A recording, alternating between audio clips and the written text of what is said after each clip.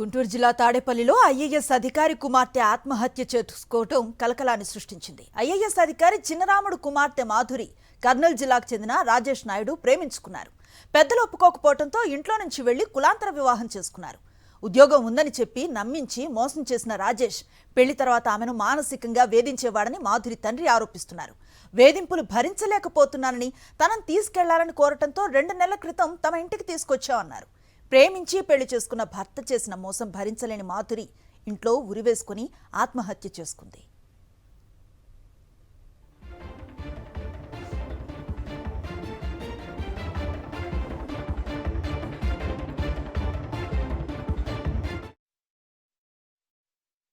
అమ్మాయి మాధురి సాహితీబాయిని ఎన్ రాజేష్ నాయుడు సన్నాపు శ్రీరాములు అనే అతను అమ్మాయిని మోసగించి ఉద్యోగం ఉందని అన్ని విధాలుగా మోసగించి ఆమెను పెళ్లి చేసుకోవడం జరిగింది. అమ్మాయిని వేధించడం, మానసికంగా వేధించడం జరిగింది. మెంటల్ టార్చర్ పెట్టడం జరిగింది. భయభ్రాంతాలకు గురి చేశారు. ఎటువంటి విషయాలు బయట ఇక్కడ చెప్పినామంటే నిన్ను మీ తల్లిదండ్రులు కూడా దూరం చేసేశారు, నేనే నీకు దిక్కు, చంపేస్తానని రకరకాల వేధింపులు చేయడంతో మా అమ్మాయి మానసికంగా చేయడము.